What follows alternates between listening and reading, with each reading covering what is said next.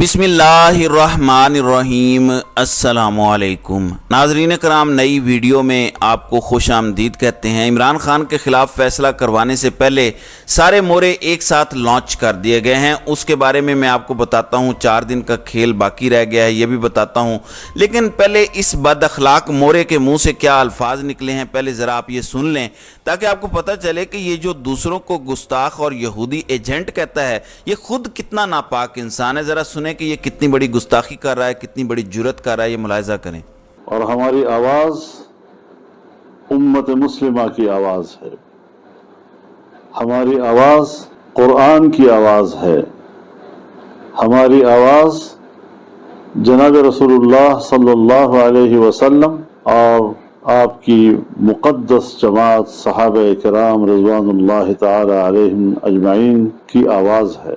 जी नाज़रीन इकराम, इस दीन फरोश मुल्ला की जुर्रत देखें। ये कह रहा है कि इसकी आवाज़ कुरान की आवाज़ है, इसकी आवाज़ नबी पाक सल्लल्लाहु अलैहि वसल्लम और उनकी जमात सहाबा किराम की आवाज़ है।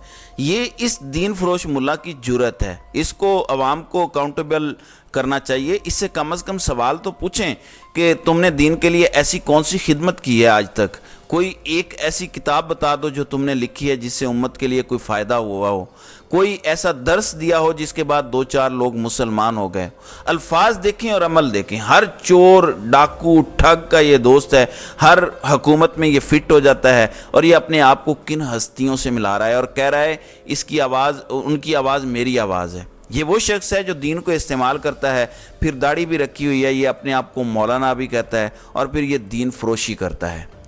नाज़रीन इकराम, कल इमरान खान के ख़िलाफ़ मीडिया पे कुछ मोरों को भेजा गया, कुछ कोर्ट रिपोर्टर्स को भेजा गया, जिनका नाम लेना मैं ज़रूरी नहीं समझता, कि जाके आप ये साबित करने की कोशिश करें कि इमरान खान को अब तक बड़ा रिलीफ मिला है और अब उन्हें कोई रिलीफ नहीं मिलना चाहिए और उनको सज़ा होनी चाहिए, जो कि बिल्कुल ठीक होगी। एक बयानिया बनाया जा रहा है, लेकिन अगर आप पूरे प्रोग्राम्स देखें तो किसी के पास वो वजह मौजूद नहीं है कि सज़ा होनी क्यों चाहिए। जोड़ रहे हैं कि देखें, नवाज शरीफ को भी सज़ा हुई थी ना, नवाज शरीफ को सज़ा हुई थी कि उसके लंदन में 4 फ्लैट्स हैं। उन 4 फ्लैट्स के बारे में नवाज शरीफ नहीं बता सका कि ये पैसा कमाया कहाँ से था, भेजा कैसे था और लिए कैसे थे। एक भी डॉक्यूमेंट नहीं दे सका। इमरान खान सारे डॉक्यूमेंट्स दे चुका है। पीछे केस क्या बना रहे हैं, आपने कीमत कम लगवाई थी। क्या सबूत है आपके पास कि इमरान खान ने कीमत कम लगवाई थी? दूसरा ये कह रहे हैं कि फलां खाने की बजाय फलां खाने में आपने डाल दिया था। तीसरा ये कि फलां तारीख को आपने ये सब डिक्लेयर करना था, मगर आपने फलां तारीख को कर दिया।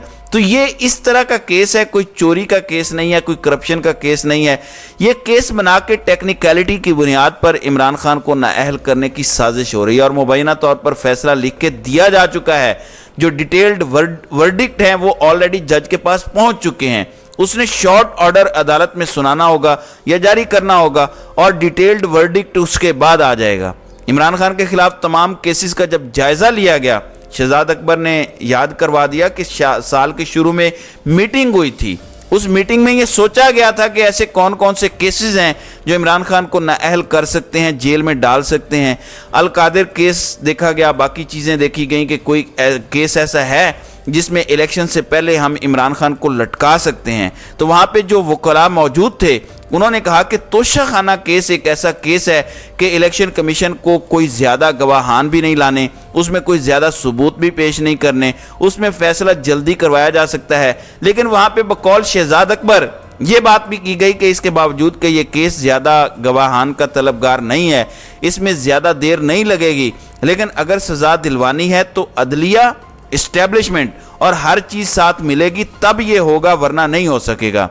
यानी मेरिट तब भी नहीं था इन लोगों के, अपने लोगों को पता है कि इस केस में कोई मेरिट नहीं है। अगर इमरान खान को नाजायज़ सज़ा देंगे तो जिन लोगों ने वाकई तोशा खाना से खाबे और खांचे मारे हुए हैं उनका क्या होगा, ज़रा सोचें।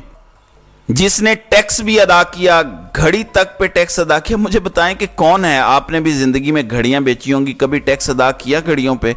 ये वो शख्स है पागल जिसने घड़ी बेचकर भी टैक्स अदा किया। ये वो शख्स है जिसने एक पेन बेचा तो उस पर भी टैक्स अदा किया, लेकिन क्योंकि अदा किया हुआ रिकॉर्ड मौजूद है इसलिए वो कह रहे हैं कि इसमें टेक्निकली یہ آپ نے غلطی کر دی ہے، فل کرنے میں یہ غلطی تھی، اس طرح کی باتیں کر رہے ہیں۔ آپ امیجن کریں تحریک انصاف پر ممنوعہ فنڈنگ کا کیس بنا، کیوں بنا؟ کیونکہ تحریک انصاف میں ڈیٹا رکھا ہوا ہے، وہ ڈیٹا انہوں نے جمع کرایا تو کہا گیا کہ وہ دیکھیں انڈیا سے فنڈنگ آ رہی ہے، تو اس طرح جھوٹ بولا گیا کیونکہ تحریک انصاف کے پاس ریکارڈ موجود تھا۔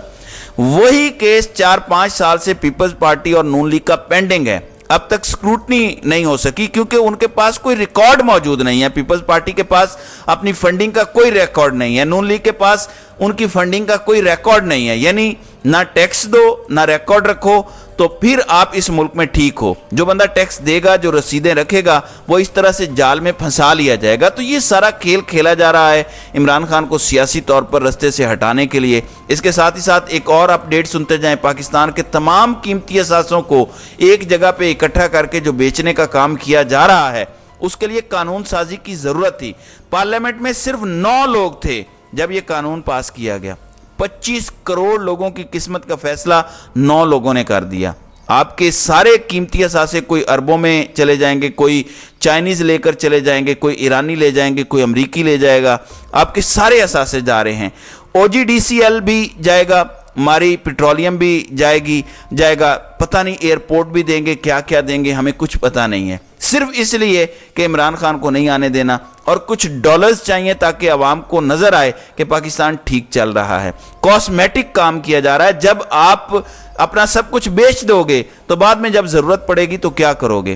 ہمیں اب سوورن گارنٹی پہ قرضے نہیں ملتے، جب تک IMF کا پروگرام نہ ہو پاکستان کو قرضے نہیں ملتے۔ اس کے بعد ہم اپنے اثاثے بھی بیچ رہے ہیں، یہ بھی جب ختم ہو جائیں گے تو پھر ہم کیا کریں گے؟ جو ریکارڈک کی بات کر رہے ہیں کہ وہاں تانبے کے ذخائر ہیں، 2028 سے پہلے وہاں سے کچھ نہیں نکلنے والا، یہ 5 سال کیسے گزریں گے؟ ان 5 سالوں میں ہم نے 100 ارب ڈالر تک قرضہ واپس کرنا ہے، وہ کیسے ہوگا؟ 2-4 ارب ادھر سے آ گیا ادھر سے آ گیا، ایسے نہیں کام بنے گا۔ ملک کی معیشت کو ٹھیک کرنا پڑے گا، ایکسپورٹس کو ٹھیک کرنا پڑے گا، زر مبادلہ کے ذخائر جو ترسیلات زر سے آتے ہیں وہ بڑھانے پڑیں گے، انسینٹیو دینا پڑے گا انویسٹمنٹ کے لیے۔ یہاں پہ پولیٹیکل سٹیبلٹی لائیں گے تو یہ سب کچھ ہوگا۔ کون باہر سے یہاں پیسہ لائے گا آپ بتائیں، سوائے ان ممالک کے جن کو مسئلہ ہے عمران خان سے اور جو چاہتے ہیں کہ یہ چور ڈاکو رہیں تاکہ ان کے معاملات بنیں، وہ بھی یہاں سے پروفٹنگ کریں۔ اس کے علاوہ کوئی یہاں انویسٹمنٹ کرنے والا نہیں ہے، ورنہ پچھلے سال بلاول زرداری نے دورے کیے تھے اور کہا تھا کہ ہم اتنے 1000 ارب لے آئے ہیں سیلاب والوں کے لیے، کچھ بھی نہیں ملا۔ فیو ملین ڈالرز کے علاوہ ہمیں کچھ نہیں ملا۔ تو اس طرح سے آپ کے اثاثے بھی اب بیچے جا رہے ہیں اتنی تیزی سے۔ آخر 10-15 دنوں میں قانون سازیاں کی گئی ہیں کہ اس کا تصور نہیں کیا جا سکتا، اور ایک قانون سازی جو ملٹری قانون کے حوالے سے کی گئی ہے اس میں سویلینز کو بھی رگڑا جائے گا۔ خاص طور پہ یہ قانون سازی کا شکار ریٹائرڈ فوجی افسران ہوں گے، وہ کھل کے بات کر دیتے تھے، عمران خان کے حق میں بول دیتے تھے، اب ان پہ بھی پابندی لگ جائے گی، بولیں گے 5-5 سال کے لیے جیل میں ڈال دیے جائیں گے۔ یعنی پاکستان کو بنایا کیا جا رہا ہے؟ کوئی بتائے ہمیں۔ آپ نے تحریک انصاف کو اگر اتنا نقصان پہنچا دیا، ساری ٹاپ کی لیڈرشپ اتار دی، اب الیکشن کروا دیں، اب تو عوام کو فیصلہ کرنے دیں۔ نہیں، بالکل ختم کرنا ہے عمران خان کو، جیل میں ڈالنا ہے، پارٹی کو ختم کرنا ہے، کوئی بندہ ہی نہ ہو ٹکٹ لینے والا۔ یہ کیا ضد ہے؟ ایسا تو کبھی پیپلز پارٹی اور نون لیگ کے ساتھ نہیں ہوا، مارشل لا لگا کے ایسا نون لیگ کے ساتھ نہیں ہوا جو اب کیا جا رہا ہے پاکستان تحریک انصاف کے ساتھ۔ پاکستان کی تاریخ میں عمران خان وہ پہلا لیڈر ہے جو اس پوزیشن میں ہے کہ وہ واقعی اور صرف بغیر کسی بیساکھی کے عوامی سپورٹ سے 2/3 اکثریت حاصل کر سکتا ہے۔ اگر اس کو آزادانہ کمپین چلانے دی جائے، آزادانہ الیکشن لڑنے دیے جائیں اور الیکشن فری اینڈ فیئر ہو جائیں، عمران خان کمفرٹیبلی 2/3 میجورٹی لے جائے گا، اور جب یہاں 2/3 میجورٹی لے گا تو صوبوں میں بھی اسی تناسب سے ملے گا۔ 2024 میں آنے ہیں سینٹ کے الیکشن، وہاں بھی پھر اس کی اکثریت ہو جائے گی کیونکہ وہاں بھی سب سے زیادہ سیٹیں وہ جیت جائے گا۔ یعنی اس کو قانون سازیاں کرنے میں بھی مسئلہ نہیں ہوگا کیونکہ 2/3 اکثریت ہوگی، تو آئین میں ترمیم کا بھی اسے موقع مل جائے گا۔ یہ ساری چیزیں سوچ کے یہ سب کچھ کیا جا رہا ہے کہ کہیں یہ پاکستان کو ٹھیک نہ کر دے، کہیں پاکستان آزاد ملک نہ بن جائے، کہیں آزاد خارجہ پالیسی نہ بنا لے۔ عوام کو زبان تو دے گیا ہے، کہیں خودداری سے جینے کی عادت پڑ گئی تو کیا ہوگا؟ ان خاندانوں کا کیا ہوگا؟ باقیوں کا کیا ہوگا جو ہمارے استحصال سے پیسے کماتے ہیں؟ ناظرین اکرام، पाकिस्तान ब्रिंक पे खड़ा हुआ है बिल्कुल। अगर यहाँ पे इलेक्शन होते हैं और इमरान खान जीत के आ जाते हैं और 2/3 अक्सरियत से आ जाते हैं, पाकिस्तान ठीक हो जाएगा। बिल्कुल मैं आपको लिख के देने को तैयार हूँ।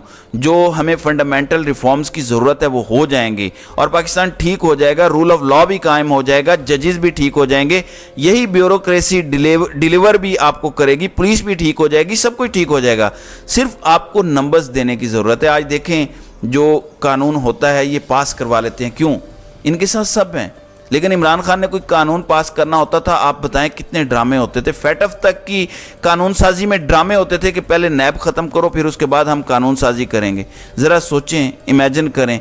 तो कुछ कुव्वतें इस मुल्क में नहीं चाहती कि पाकिस्तान ठीक हो, लेकिन हम जैसे पागल लोगों की ज़िद है कि पाकिस्तान को इंशाल्लाह ठीक करके छोड़ना है और इंशाल्लाह हम लोग इसमें कामयाब होंगे। तो नाज़रीन कराम, आपकी इस वीडियो के हवाले से क्या राय है? आप अपनी राय का इजहार कमेंट सेक्शन में ज़रूर कीजिएगा।